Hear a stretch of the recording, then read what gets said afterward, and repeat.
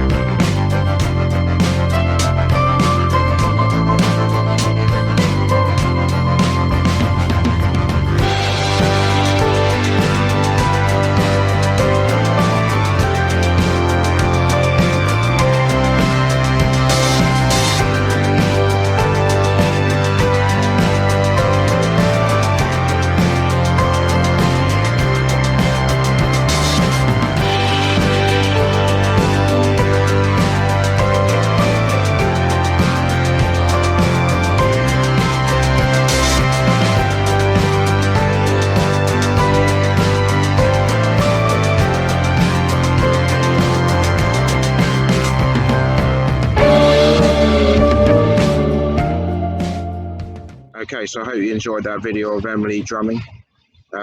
So now let's get into it. So I'm gonna be talking to Emily about all sorts of things like her time recording and touring with the Darkness, her current gig on the Voice Kids TV show on ITV, some kind of networking and building relationships advice for young musicians, and also some other things like what she's been getting on in lockdown and running her remote session business, and sort of just also some general bits of advice and stuff. So without further ado, please welcome Emily Dolan Davies. Hello and welcome to episode 3 of Musician Life Stories. My name is Tom Wiles and I'm a drummer from England. So today I'm very honoured to have Emily Dolan Davies joining us on the show.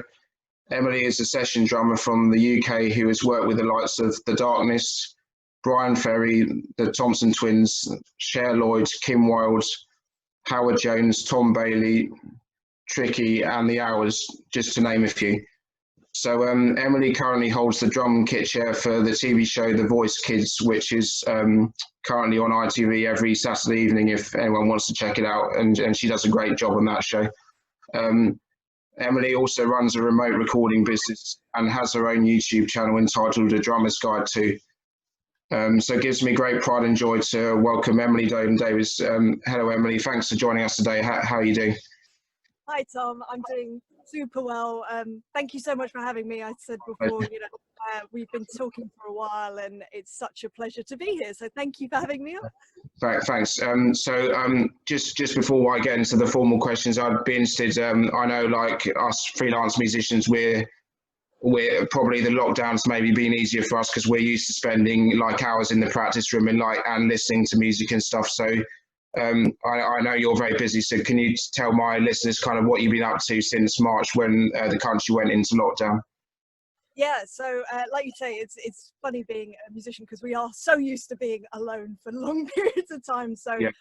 A lot of musicians very much feel a little bit guilty about the fact that we're not finding it that difficult as much other people. But for me, I mean, it's really weird. So you were saying about the Voice Kids. I'm in the drum seat for that at the moment, and we filmed semi-final in March, and literally 2 or 3 days later, that's when lockdown happened. So it was just so weird to go from this hustling, bustling studio to then like, oh, all my gigs for this year have been cancelled. Okay, cool. Yeah, So it's not great, is it? Yeah. oh, it's just crazy how it just changed like that. So I decided, okay, I'm very lucky. I've got my studio, emilydrums.com, where I do remote recording. So I was like, okay, I'll put my focus into that.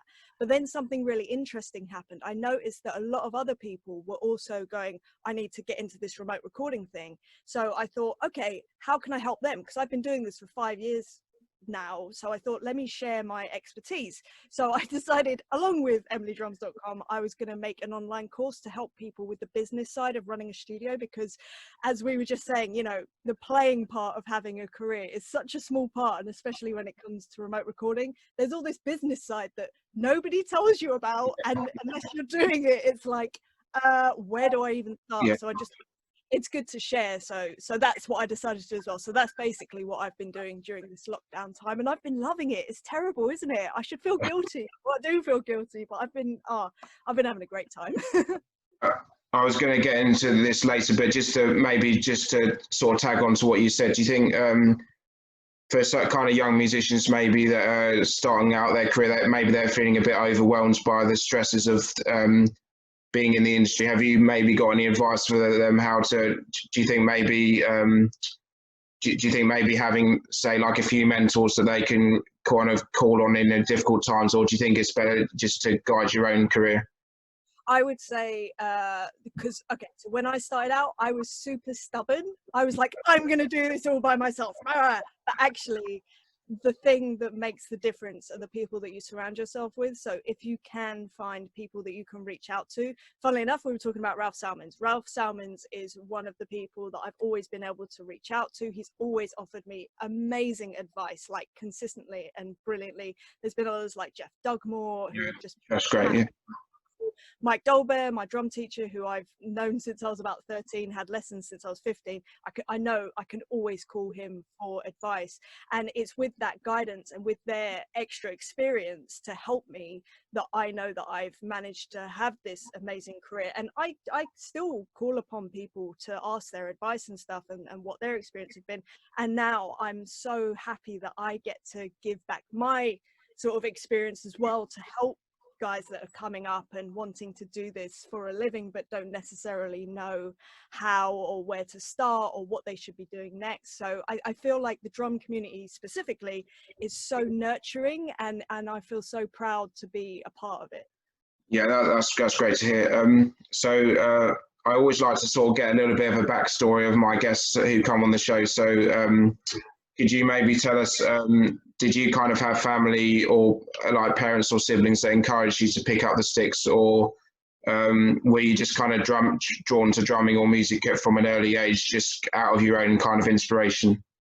Yeah, so well, so I always grew up with music around the household. So my dad played a little bit of blues guitar, and when he was younger, he would have loved to be a professional guitarist. And my mum used to, well, she still is very into art, but when she was younger, that wasn't a viable career. So it wasn't even entertained, and she trained to be a nurse.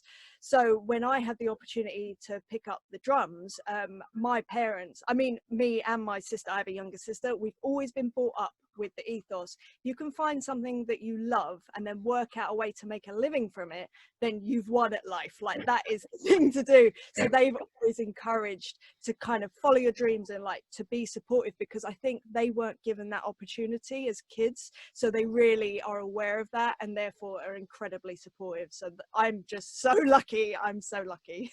Yeah, as you say, it sounds like your family being supportive, and that obviously helps. But and I think the same for me as well. But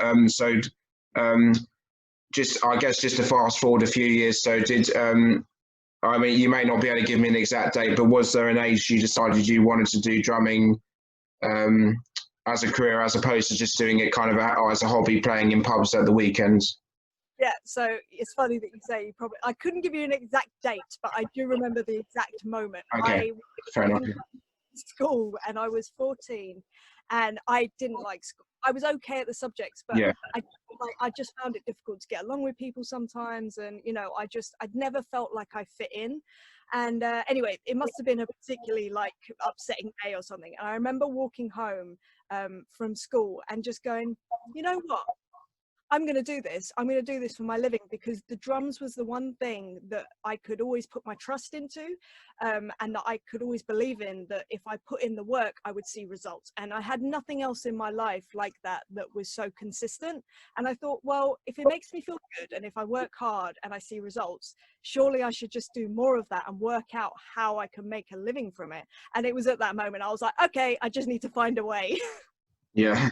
So I think that's important, that the initial kind of spark is there, because if you, I'm not going to mention names, but I had colleagues at music college that were nice people, but I didn't sense they had that real passion or energy for music. It was like they were very academic, but I think to be able to survive in the industry, you need to have that childlike love. I don't know if you agree with that, but I do, yeah. I think you need to have like like an insatiable hunger, or like a complete obsession. I think that is the thing that makes a difference. If you are obsessed with something, which I still am, it's been over 22 years now since I picked up the sticks, I'm still as obsessed with drums now as I was on that first day, and I'm sure that you're exactly the same.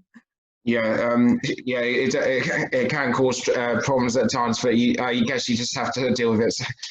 Yeah, well, you know, it's a good problem to have. Yeah. So you played with some really amazing bands, and you've had a great career so far, and I'm sure there's a lot more to come. But I'd be interested to know what would you say was your kind of first major break in the music industry, and so when you kind of got to that high level, was it and how did you kind of prepare for that opportunity? Were you nervous about playing with more experienced players, or did you kind of just thrive with playing in such kind of professional situations?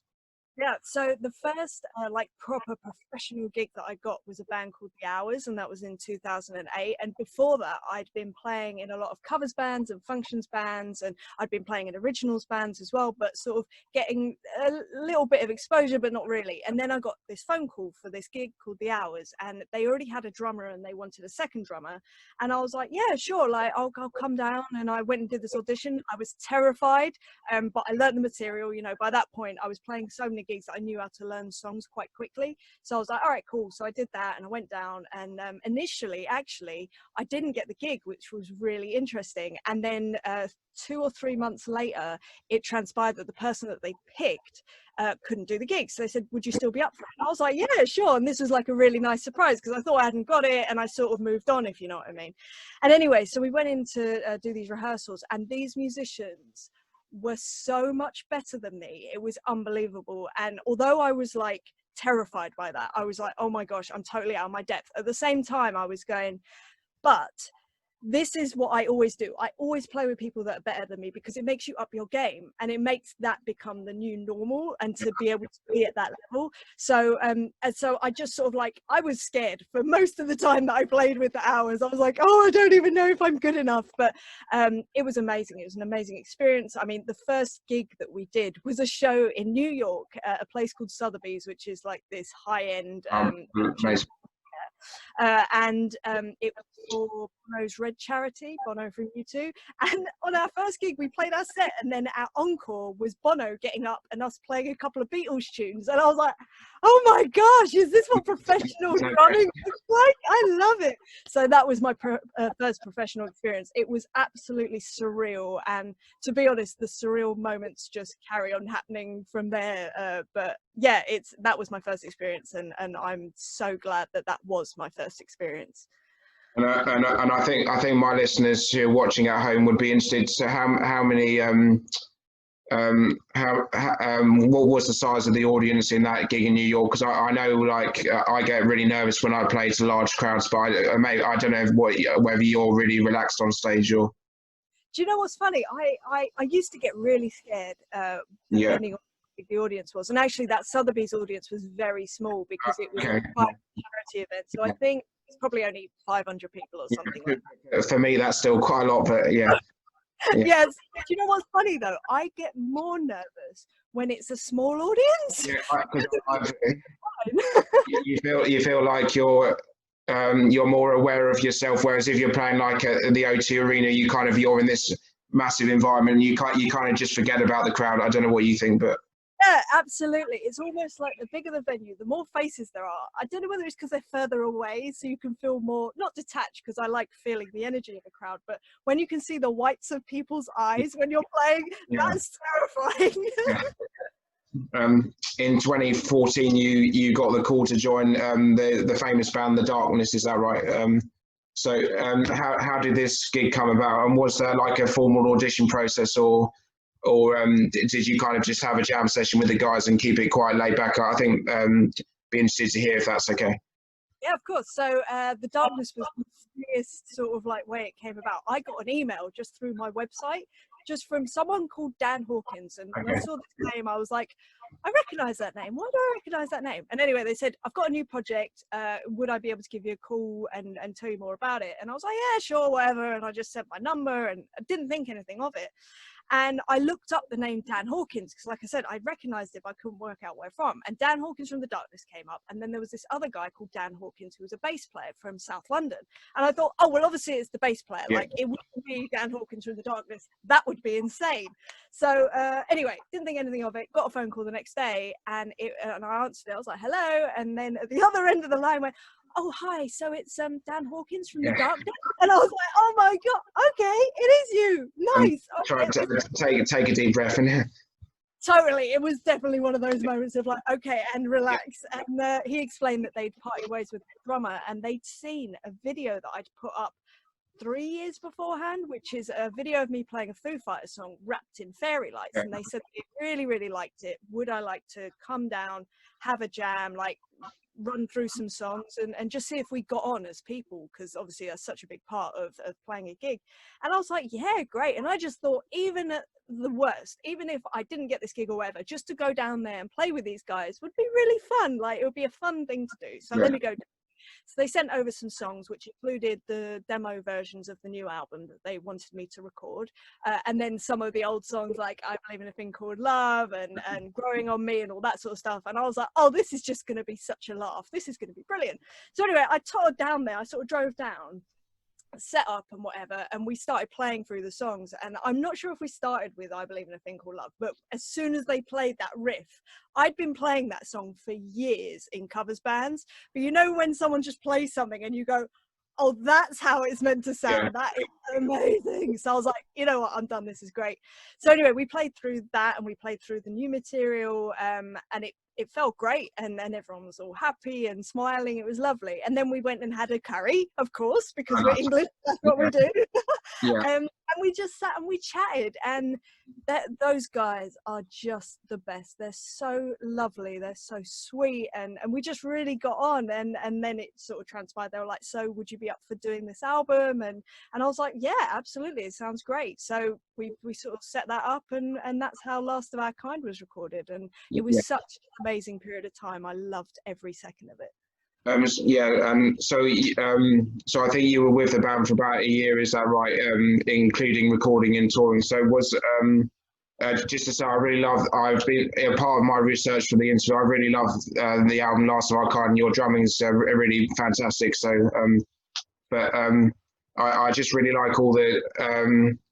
I really like the fact you're not too drumistic with your playing. You're just playing some really nice, solid grooves, and I mean that because that's the way I see music is because all the way you're playing, I kind of was moving my feet to it. Was kind of you were really giving the band a lot to work with. So I just wanted to say that. So. Oh, thank you. That is literally how I see my job, and you saying that means that I've done it perfectly. So that is the biggest compliment you could ever give me. So thank you. My pleasure. And I think I've seen a few things online. You and your colleagues talking about that album. But so could you maybe tell my listeners a bit about the process involved? So what did you have a few studios that you using, or did you go away and record it, or was it kind of just odd days here and there, if that makes sense?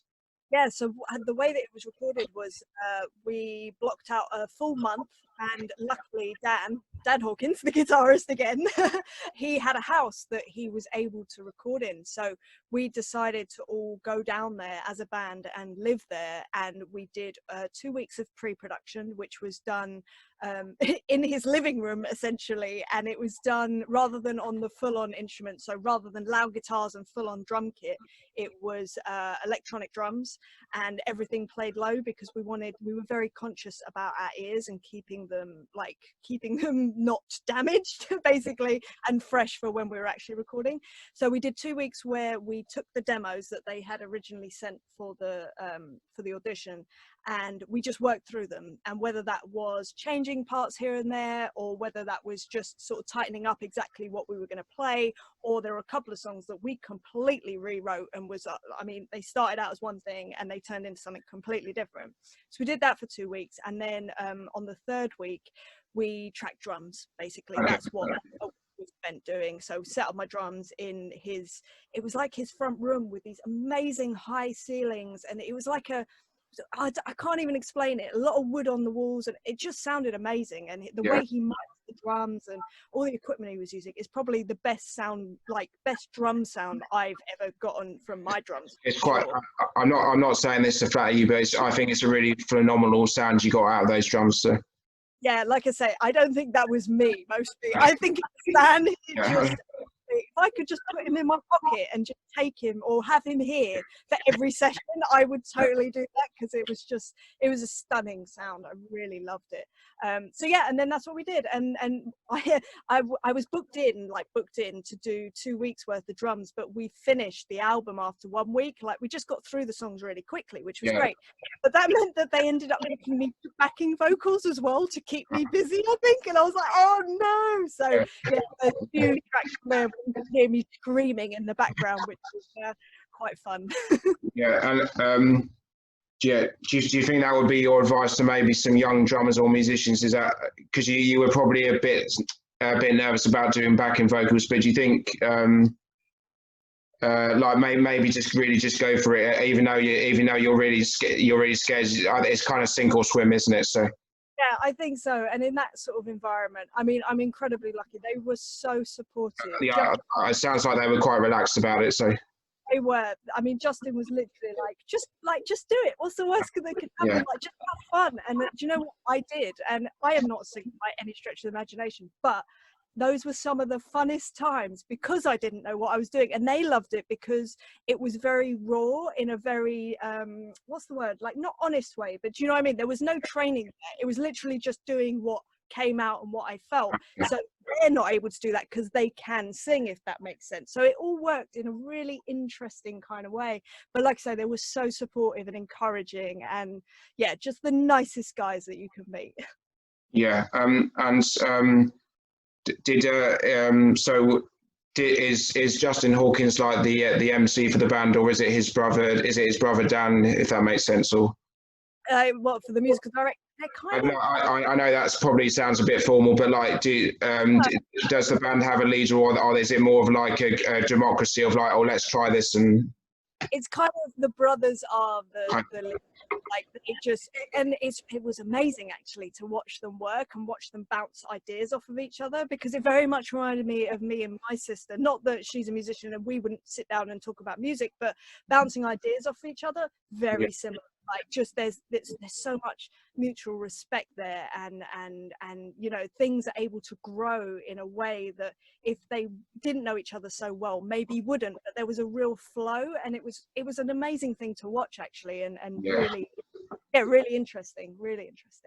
And did you like write out charts for these songs, or have you got good ears and you could kind of just pick up things? Or so I went into that audition with them, in between booking in to actually record the album, I was doing a tour in between, and literally I think it was the day after I got off the tour in the States, I was going to go and do the recording. So I had to write charts just to learn all the songs.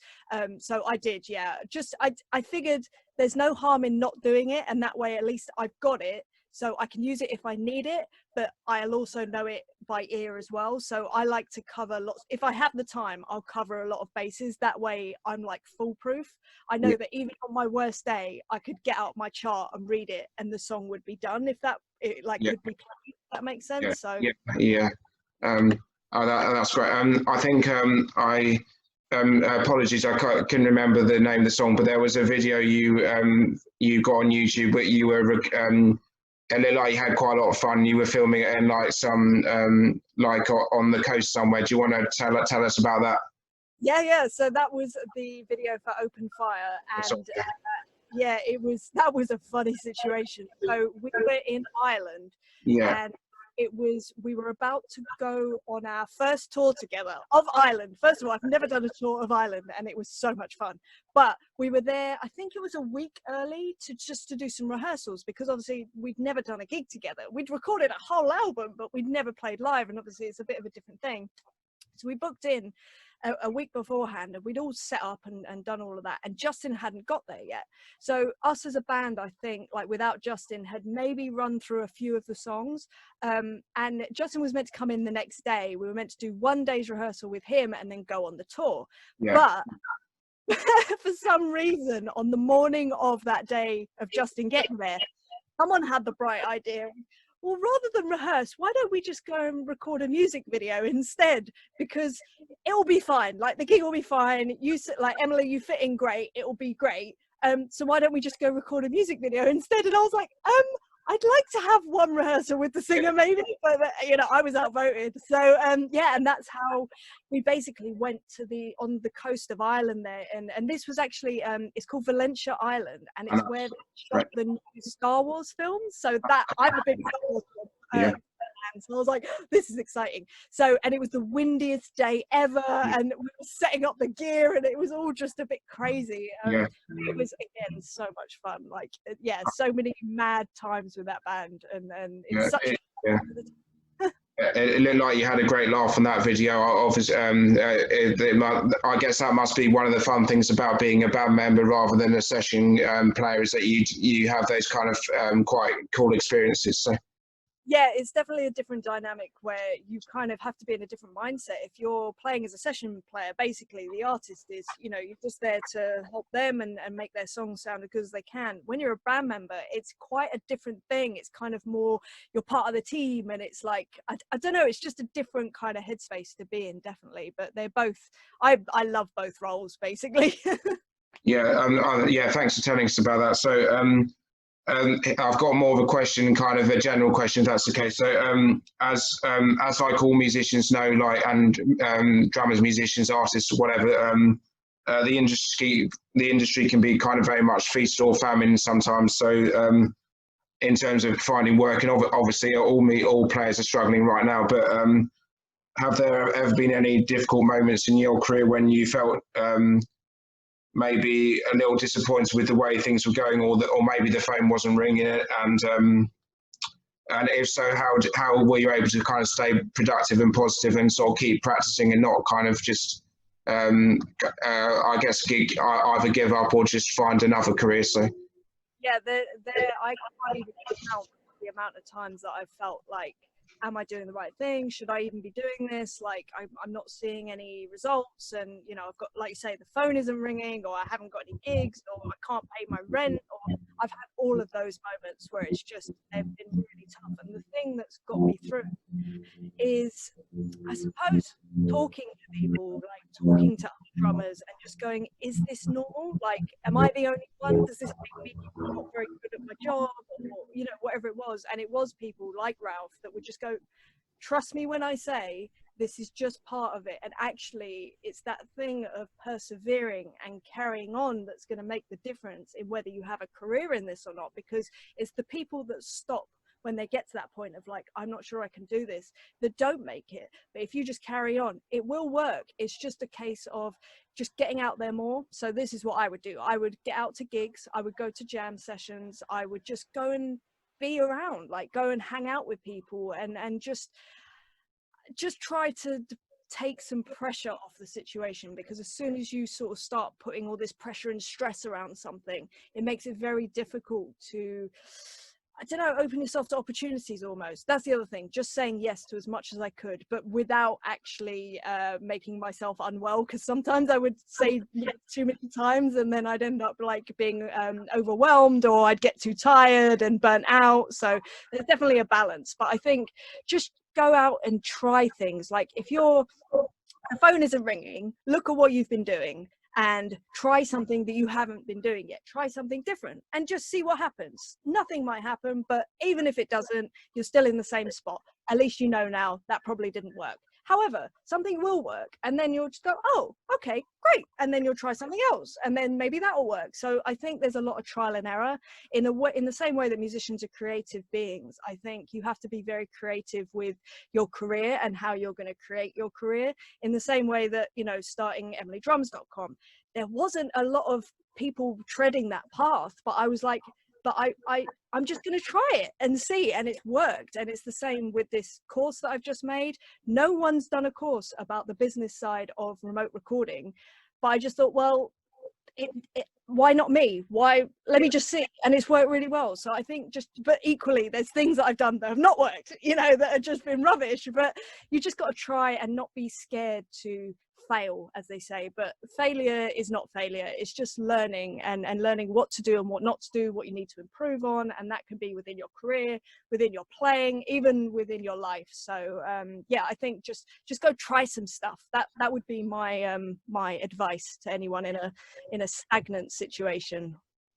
Yeah, no, thanks. I think I saw a quite good documentary about Ed Sheeran, and I think he was saying like the first maybe 150 songs he wrote were like really terrible, but then he kept going and plugging away. But probably a lot of songwriters would give up and do something else after writing a few bad songs, if you know what I mean. So definitely, I think people put a lot of emphasis on whether they're naturally talented, but actually I personally don't really believe in talent. I think it's a big myth, to be honest, the talent thing. I don't know what you think, but yeah, I think it has so much to do with hard work and just putting yourself out there, and like I say, just trying things and meeting people, and there's so many other elements that go along, like way before talent for me, because yeah, you got to learn.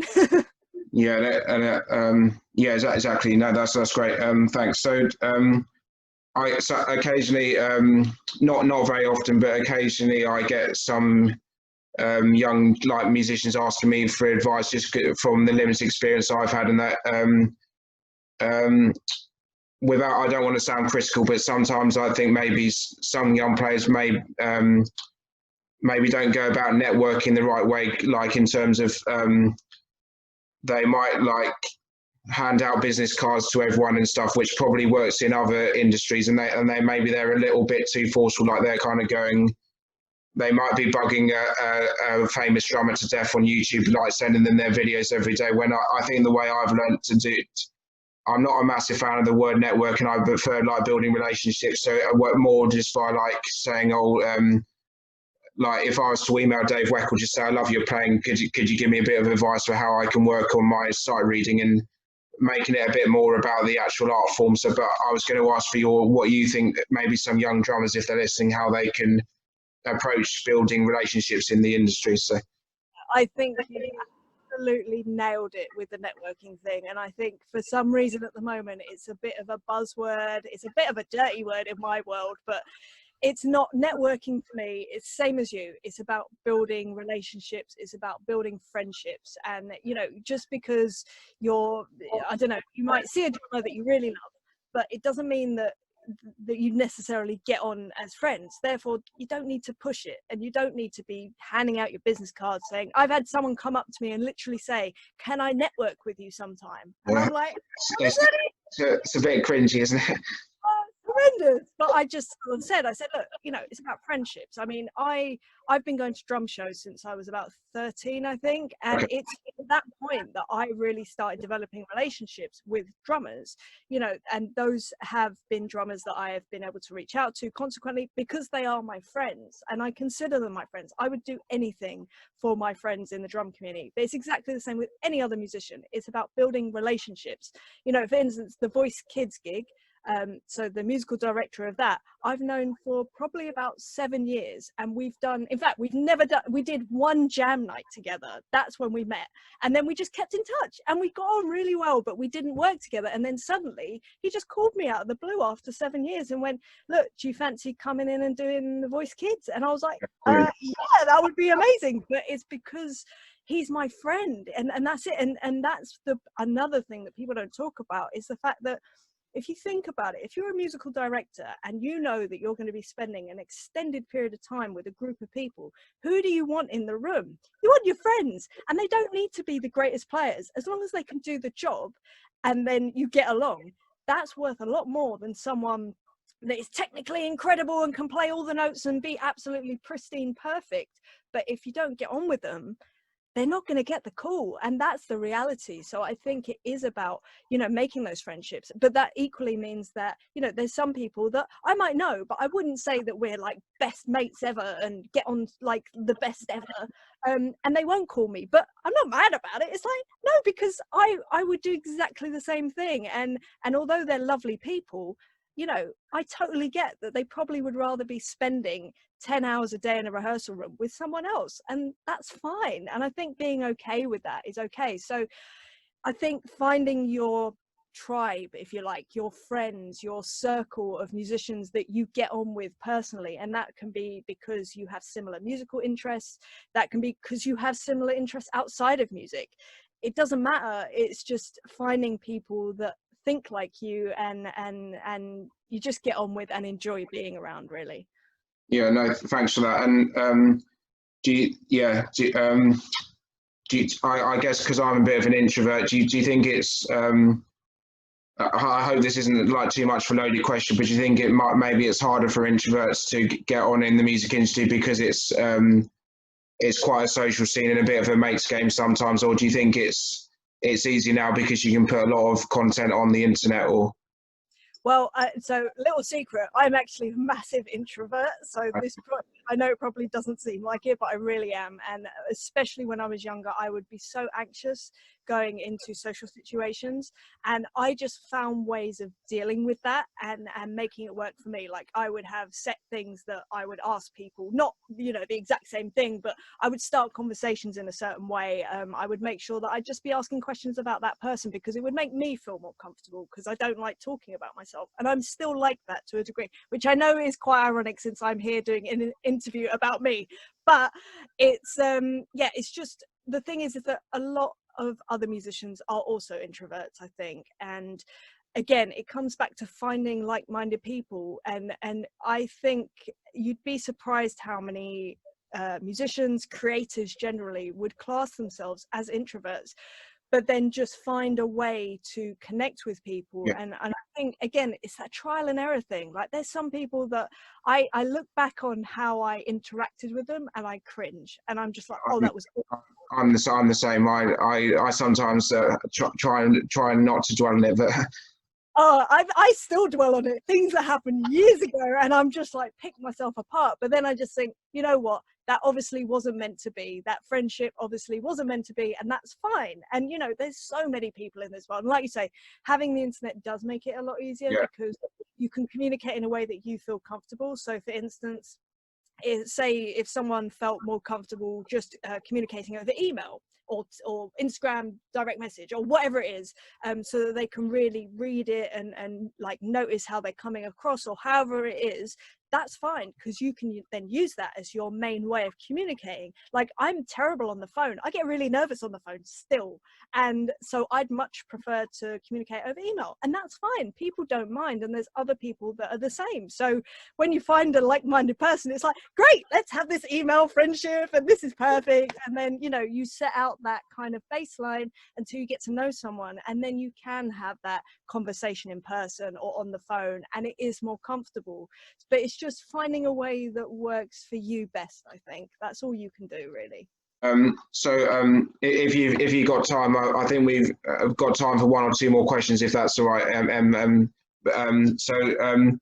I saw the Voice Kids on Saturday as part of my research for this interview, and I just I love your drumming on it. It's just really great. Could you tell my listeners a bit about the preparation for the show? So was there some sight reading element involved, and what were the challenges of playing with that band and getting your stuff together for that?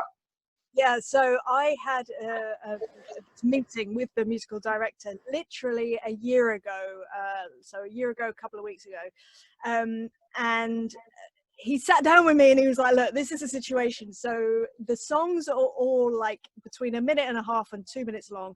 They will be songs that you've probably played before, but obviously they're cut down to like a different version, and they might be a completely different version. So there's no point in you really even knowing any songs anyway. The other thing is you probably won't hear them until a couple of days before, and it's all sight read because that is the quickest way that we've found to do it. And in my head, I was going, because I could read a little bit, like I could read drum music a bit, but in my head I was going, oh my God, I can't do this. You were freaking out a bit, yeah. I was freaking out like you wouldn't believe. But there was another voice in my head that is a bit sadistic. And basically, whenever this voice is screaming at me, going, you can't do this, the other one goes, but maybe this is a really good excuse for you to get your reading together. And I was like, and I was sat there having this inner monologue whilst he's talking to me about the gig, and I'm probably sitting there like that. And then I just went, yeah, okay, I'll do it. Yeah, I'd love to.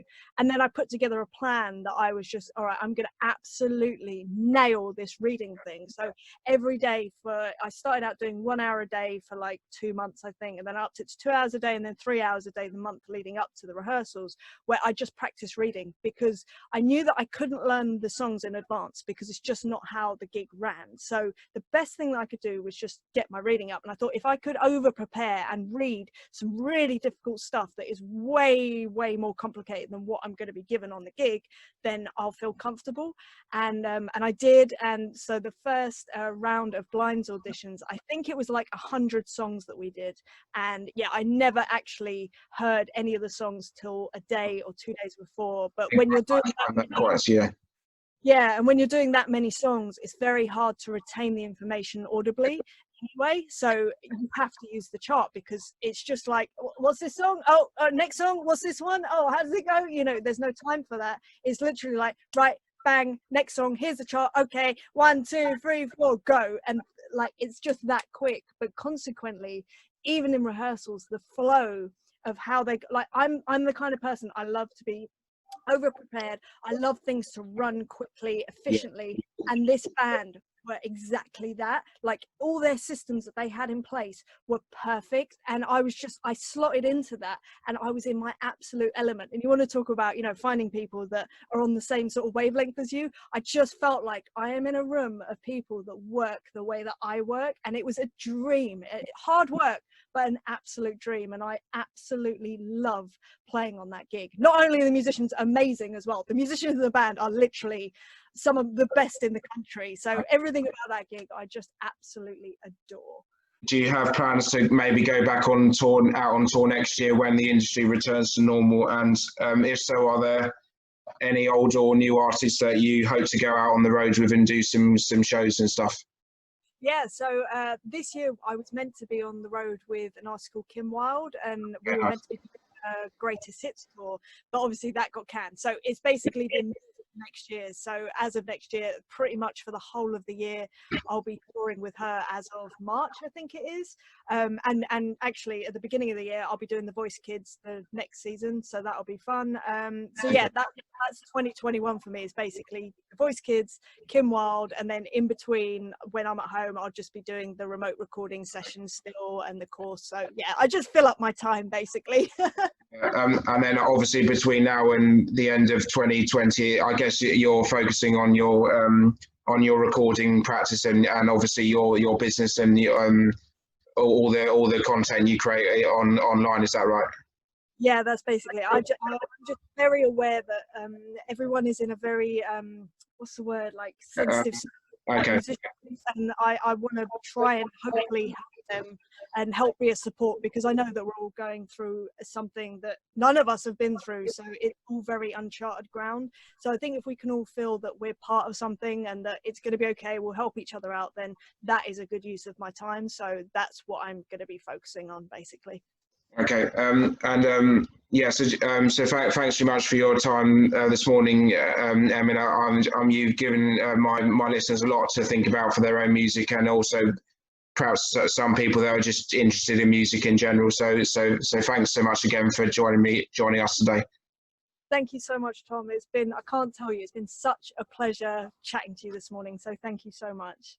Brilliant. So that was Emily Dolan Davies. I hope you enjoyed that and got something out of it as well, if you're a musician. So it's a little bit of news. So our next chat will be with Mr. James Sedge, who was one of my drum teachers at West Kent College in Tunbridge, and is now directing the music station school in Tunbridge as well. So I'm going to be speaking to him about his education work. And then in September, I've got Mr. David Meaton and Joe Gibson are going to come on the show. They're two amazing musicians.